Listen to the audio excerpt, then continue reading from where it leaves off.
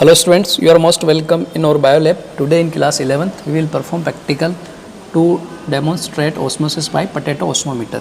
यानी पोटैटो की हेल्प से हम ओस्मोमीटर बनाएंगे और फिर हम क्या करेंगे, ओस्मोसिस को रिप्रेजेंट करेंगे। तो उसके लिए हमें क्या क्या रिक्वायरमेंट रहेगी। A large potato knife 10 to 20% sugar solution. इसको अभी हम प्रिपेयर करेंगे कि किस तरह से इसको प्रिपेयर किया जाता है। ये परसेंटेज से हमें कंफ्यूज नहीं होना है, ये मैथमेटिकली वाला परसेंटेज नहीं, ये अपना जो वेट और वॉल्यूम वाला जो है होता है। यानी अपने को 20 ग्राम शुगर अपने को 100 ml वाटर के अंदर डिज़ोल्व करके ये सॉल्यूशन बनाया जाता है। और हमें चाहिए पेटी डिश, बीकर, वाटर और अपने को ऑल पिंस। तो इन सब की हेल्प से इस प्रोसीजर को फॉलो करते हुए हम प्रैक्टिकल को परफॉर्म करेंगे। और इस तरह से अपना ये प्रैक्टिकल रहेगा कि हम क्या करेंगे, पोटैटो को कट करके उसके बाद ये अपन प्रैक्टिकल को परफॉर्म करेंगे। विंडो से थोड़ा बाहर देख लेते हैं तो मौसम जो है सुबह से इसी तरह का हो रहा है, कंटिन्यू बारिश चल रही है और मौसम अभी पूरी तरह से साफ़ नहीं हुआ है।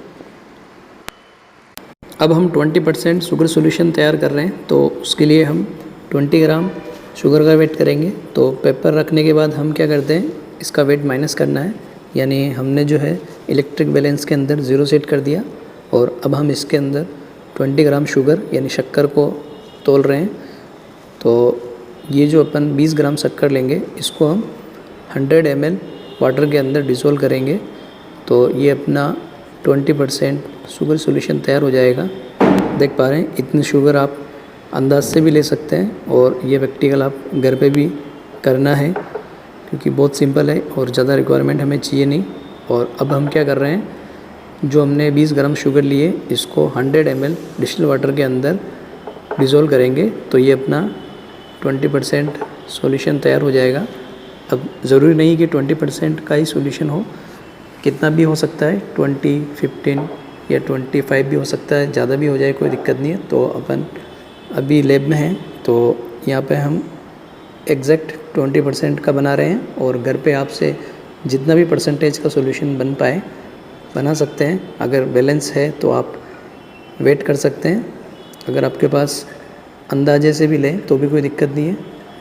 100 ml वाटर के लिए आप जो रूटीन के अंदर जो गिलास होती है वो अपना 200 ml या 250 ml होती है, तो आप हाफ़ गिलास के बराबर वाटर ले सकते हैं और इतनी आप शुगर ले सकते हैं और दोनों को आप क्या कर सकते हैं, इस तरह से मेज़र करके ऐड करेंगे तो ये सॉल्यूशन तैयार हो जाएगा। तो अभी हमने बनाया है 20% शुगर सॉल्यूशन। इसको जो है अब मैं गिलास रॉड की हेल्प से शेक कर दूंगा तो ये शुगर जो है वाटर के अंदर डिज़ोल्व हो जाएगी। और यहाँ पर भी आप देख पा रहे हैं शुगर डिज़ोल्व हो रही है और पूरी जो है सब तरफ इसकी कंसंट्रेशन समान हो जाएगी। तो ये एक तरह का डिफ्यूज़न ही है। तो जब तक ये शुगर डिज़ोल्व हो अपन इसको शेक करेंगे या इसको रख देते हैं और अपन थ्योरी समझ लेते हैं। हमें जो है वाइवा के अंदर कोई दिक्कत नहीं हो और अपन प्रैक्टिकल अच्छे से समझ सकें, इसके लिए हम थोड़ी सी थ्योरी समझ लेते हैं। तो क्या लिखा हुआ है, osmosis a special type of diffusion in which solvent molecule move from a region of their higher concentration to their region of their lower concentration through a semi permeable membrane. यानी अपना ऑस्मोसिस भी क्या है, एक तरह का diffusion है। और इसके अंदर क्या होता है, सॉल्वेंट के मॉलिक्यूल क्या करते हैं, हाई रीजन से लो रीजन की ओर मूव करते हैं। तो डिफ्यूज़न क्या होता है, डिफ्यूज़न का मतलब कोई भी मॉलिक्यूल क्या हो रहा है, हाई रीजन से लोअर रीजन की ओर मूव कर रहा है। तो इसको हम जो है माचिस और अगरबत्ती की हेल्प से समझ लेंगे। तो डिफ्यूज़न क्या होता है इसको हम समझ लेते हैं। तो मेरे पास ये है माचिस, इसमें से मैं एक तीली निकाल करके अगर मैं इसको चलाता हूँ तो देख पा रहे हैं कहीं अपनी बुक नहीं जल जाए।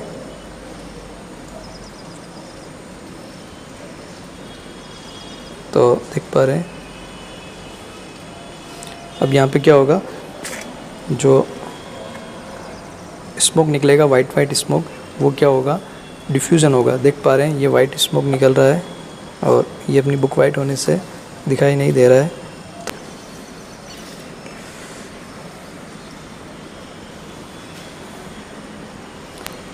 तो देख पा रहे हैं जो वाइट स्मोक निकल रहा है वो क्या हो रहा है, पूरे रूम के अंदर फैल रहा है और हवा चलने से ये काफ़ी जल्दी जो है चारों तरफ फैलता जा रहा है, यानी जो अगरबत्ती की जो खुशबू है वो चारों तरफ फैल जाएगी। तो ये क्या है, अपना एक तरह से डिफ्यूज़न है। और यहाँ पे जो है कोई सेमी परमेबल मेम्ब्रेन नहीं है, मगर आगे क्या लिखा हुआ है इसको हम समझ लेते हैं।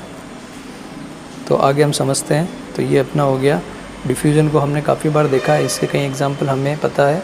और अगर हम कोई परफ्यूम वगैरह लगाते हैं तो उसकी जो है स्मेल हमें आना शुरू हो जाती है। तो वहाँ पे क्या होता है, उसकी जो कंसंट्रेशन है वो हम जहाँ पर उसको लगाए हैं वहाँ पे ज़्यादा है, और वो आगे रीजन के अंदर कम होने से क्या होता है, सभी जगह फैल जाती है। यानी किसी भी सब्सटेंस का चारों तरफ फैलना एक तरह से डिफ्यूजन हो गया, यानी मूवमेंट करना। और यहाँ पे कोई सेमी परमेबल मेम्ब्रेन नहीं होती है, मगर अपना ऑस्मोसिस के अंदर क्या होता है, सेमी परमेबल मेम्ब्रेन SPM, इसका काफ़ी इंपॉर्टेंट रोल है। अगर SPM है तो ये अपना ऑस्मोसिस होगा, अदरवाइज ऑस्मोसिस नहीं कहलाएगा। और SPM की हेल्प से क्या हो रहा है, मूवमेंट हो रहा है। किसका मूवमेंट हो रहा है, सॉल्वेंट का हो रहा है। तो यहाँ पर भी क्या है, किसी मॉलिक्यूल का मूवमेंट है, तो मूवमेंट यानी कि उसको हम बोलेंगे डिफ्यूज़न। तो ऑस्मोसिस भी एक तरह का डिफ्यूज़न है। अगर अपन डेफिनेशन की बात करें तो ऑस्मोसिस की डेफिनेशन क्या हो जाएगी, तो osmosis can be defined as the movement of molecules of solvent या water from the region of its higher concentration to the region of its lower concentration through a semi permeable membrane till a state of equilibrium is reached. यानी simple सी बात है कि molecule का movement, कौन से molecule, solvent के molecule का, और कहाँ से कहाँ तक मूवमेंट है, तो ये है अपना का हायर कंसंट्रेशन रीजन से लोअर कंसंट्रेशन रीजन की ओर। तो ये क्यों हो रहा है, ये इसलिए हो रहा है ताकि इक्विलिब्रियम आ जाए। और आगे अपन बात करते हैं। तो ये मूवमेंट हो रहा है तो इसके पीछे कोई ना कोई अपना एनर्जी होनी चाहिए या फोर्स होना चाहिए। तो यही आगे बता रहा है कि osmosis occur due to difference in free energy. तो यहाँ पे क्या होता है, फ्री एनर्जी की वजह से होता है। और फ्री एनर्जी में डिफरेंस होता है किस किस की फ्री एनर्जी, तो solvent molecule in two region, यानी जो अपने पास दो रीजन है उन दोनों के अंदर जो सॉल्वेंट है उसकी जो है फ्री एनर्जी अलग अलग है। उसकी वजह से क्या हो रहा है, यहाँ पे ऑस्मोसिस हो रहा है। प्योर वाटर और solvent has more free energy compare to the present in the solution. यानी सॉल्यूशन के अंदर जो अपना वाटर है उसकी जो फ्री एनर्जी है वो कम है, और जो प्योर वाटर है उसकी जो फ्री एनर्जी है वो ज़्यादा है। तो इसकी वजह से क्या होता है, ऑस्मोसिस होता है। और वाटर क्या होता है, सेमी परमेबल मेम्ब्रेन से होकर के जो है अंदर की तरफ एंटर करेगा। यानी क्या होगा, वाटर का फ्लो क्या होगा, हाई फ्री एनर्जी से लो फ्री एनर्जी की ओर होगा। यानी अपना जो सेल है, कोई सेल है, जैसे ये कोई सेल है और ये कहाँ रखी हुई है, वाटर के अंदर रखी हुई है। तो यहाँ पे क्या है, वाटर है, और उसके बाद ये सेल है। तो यहाँ पे क्या है, कंसनट्रेट है, यानी सेल शेप है। और यहाँ पे अपना क्या है, डिस्टिल वाटर है या वाटर है। तो यहाँ से क्या होगा, वाटर अंदर की तरफ एंटर करेगा, क्योंकि यहाँ पे फ्री एनर्जी ज़्यादा है, यहाँ पे अंदर जो वाटर है उसकी फ्री एनर्जी कम है। तो आगे क्या है, अगला टॉपिक अपन समझ लेते हैं। तो the living cell are surrounded by a selectively permeable membrane and thus show osmosis when placed in water और solution having concentration lower than the cell shape. यानी अपन क्या करते हैं, जो लिविंग सेल होती है उसके चारों ओर क्या होती है, सेमी परमेबल मेम्ब्रेन होती है। और वो क्या करती है, अगर अपन किसी सेल को वाटर के अंदर रखें या किसी सॉल्वेंट के अंदर रखें तो वहाँ पे क्या होगा, अपना ऑस्मोसिस होगा। और किस तरह से होगा, ऑस्मोसिस भी दो टाइप के होते हैं। तो वाटर मूव इनटू ए सेल, अगर वाटर सेल के अंदर जा रहा है, कब जाएगा, तो जब सेल को अपन प्योर वाटर के अंदर रखते हैं। और इसको अपन क्या बोलते हैं, एंडोस्मोसिस। यहाँ पे क्या हो रहा है, एंडोस्मोसिस हो रहा है। अगर water come out from the cell when placed in the solution having concentration higher than the cell shape, यानी सेल शेप जो होता है, सेल के अंदर जो लिक्विड होता है उसके कंपैरिजन में अगर अपन ने बाहर वाला जो सॉल्यूशन लिया है वो कंसंट्रेट है, तो क्या होगा, जो वाटर है यानी कि जो अपना सॉल्वेंट है वो बाहर की तरफ आएगा। और इसको अपन क्या बोलेंगे, एक्सोस्मोसिस बोलेंगे। तो एंडोस्मोसिस और एक्सोस्मोसिस समझ गए। अगर वाटर अंदर जा रहा है तो एंडोस्मोसिस, अगर वाटर सेल से बाहर आ रहा है तो एक्सोस्मोसिस। और आगे अपन देखते हैं, the phenomena of osmosis can be demonstrated with the help of an osmometer, और अदर वर्ड्स के अंदर एक डिवाइस विच शो ऑस्मोसिस। यानी ऑस्मोमीटर क्या होता है, एक डिवाइस होता है जिसकी हेल्प से अपन क्या कर सकते हैं, ऑस्मोसिस को प्रेजेंट कर सकते हैं। तो फिर से अपनी सीट पर चल के प्रैक्टिकल को परफॉर्म करते हैं। अब हम लेंगे बिग साइज का पोटैटो। इसकी हम आउटर स्किन को हटा देते हैं, तो हम इसको आराम से छील लेते हैं।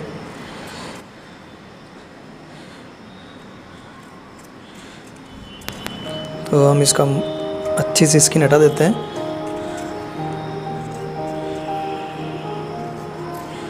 तो इसके लिए आपको प्रैक्टिस होगी तो आप जल्दी से इसको छील लेंगे, अदरवाइज़ आपको मेरी तरह ध्यान से हटाना है। अपनी उंगली वगैरह नहीं कट जाए, इसका भी ध्यान रखना है। तो हम कोई आलू की सब्ज़ी या आलू के समोसे नहीं बना रहे हैं, हम अपना पोटैटो ओस्मोमीटर को बनाना चाह रहे हैं। तो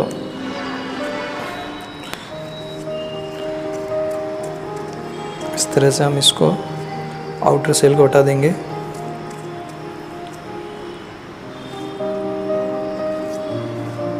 और इसकी स्किन को हमने हटा दिया है। और अब क्या करना है, हम इसको इस तरह से कट कर देते हैं, ताकि इसका जो बॉटम है इस तरह से, और इसका अपर साइड भी जो इसका राउंड शेप है वो हम हटा दें।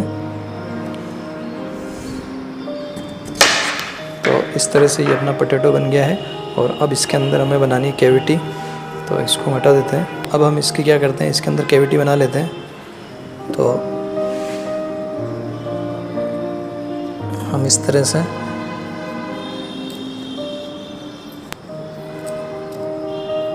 इसके अंदर कैविटी बनाने की कोशिश करते हैं,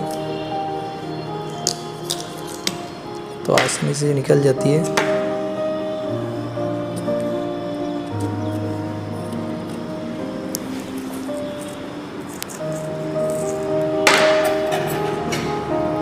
स्पैचुला की हेल्प से, क्योंकि ये बहुत नरम होता है तो स्पैचुला से भी ये हट जाता है।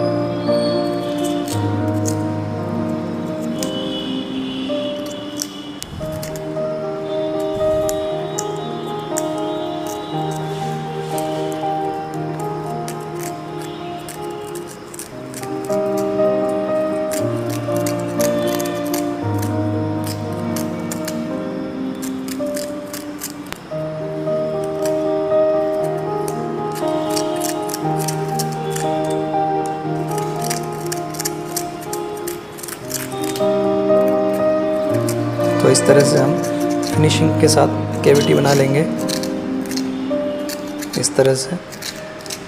क्योंकि अगर आपको प्रैक्टिस नहीं है चाकू से वर्क करने की, तो आप स्पैचुला का यूज़ ले सकते हैं, क्योंकि चाकू से आपको जो है कट लग सकता है, कोई डैमेज हो सकता है। तो काफ़ी शानदार अपनी ये कैविटी बन गई है। क्योंकि नीचे हमें ध्यान रखना है कि इसमें होल नहीं हो जाए, तो इसकी जो बॉर्डर है वो और नीचे वाला जो इसका बॉटम है उसकी जो है थिकनेस बराबर रहे। और इस तरह से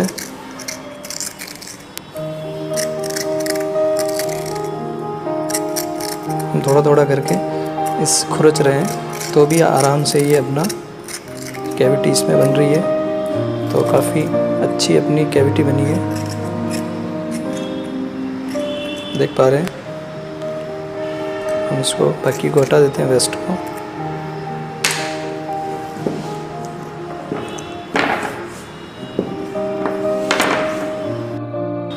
तो देख पा रहे हैं काफ़ी अच्छी अपनी कैविटी बनी है। अब इसके अंदर क्या करेंगे, हम अपना शुगर सॉल्यूशन जो हमने प्रिपेयर किया था 20%, इसको हम इसमें फिल कर देंगे। और इसको फिल करेंगे, पूरा फिल नहीं करेंगे। और उसके बाद क्या करेंगे, हम इसका लेवल के लिए हम यहाँ पे इसमें ऑल पिन लगा देंगे। तो देख पा रहे हैं यहाँ तक हमने इसको फिल किया है और हमने आल पिन लगा दी है, यानी जो अपनी आल पिन है वो इसके शुगर सॉल्यूशन को बिल्कुल टच कर रही है। और देख पा रहे हैं इस तरह से ये यहाँ पे अपना शुगर सॉल्यूशन है, यहाँ तक ये आल पिन का जो नॉब है शुगर सॉल्यूशन यहाँ तक है। और हमें आल पिन लगाते टाइम ध्यान रखना है कि ये आर पार नहीं हो जाए, अदरवाइज़ सारा जो अपना सॉल्यूशन है वो बाहर आ जाएगा और अपना ऑस्मोसिस नहीं हो पाएगा। और ये अपना जो है ओस्मोमीटर अच्छे से वर्क नहीं करेगा। और अब क्या करना है, अपने को पेट्री डिश के अंदर अपने को डिस्टिल वाटर लेना है और इसको हम आधे से ज़्यादा इसको फिल करना है और इसके अंदर अपने को ये जो है पोटैटो रख देना है। इस तरह से आप पेट्री डिश की जगह आप प्लेट का यूज़ ले सकते हैं।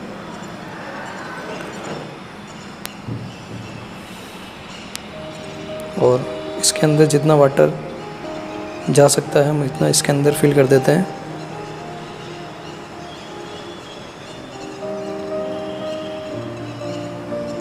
तो हमने क्या किया है यहाँ पेट्री डिश के अंदर डिस्टिल वाटर लिया है और अपना ये कैविटी बनाई है और इस कैविटी के अंदर अपनों ने क्या किया, शुगर सॉल्यूशन जो 20% था वो अपनों ने इसके अंदर फिल कर दिया है। और अब हम क्या करेंगे, कुछ घंटे के लिए वेट करेंगे। आफ्टर 2 आवर देख पा रहे हैं आप जो वाटर लेवल है वो इंक्रीज़ हो गया है, यानी अपना जो कैविटी है इसके अंदर वाटर का लेवल यहाँ तक आ गया है। इसको हम मार्क लगाने के लिए आलपिन लगा देते हैं, तो इसके जस्ट ऊपर लगाते हैं। तो देख पा रहे हैं दोनों के अंदर जो है काफ़ी ज़्यादा गैप है। तो यहाँ पे जो है ऑस्मोसिस के कारण क्या होता है, वाटर जो है अंदर की तरफ एंटर हो जाता है और इसका लेवल क्या होता है, बढ़ जाता है। तो ये सिंपल सा अपना प्रैक्टिकल था, इसको हमने परफॉर्म किया।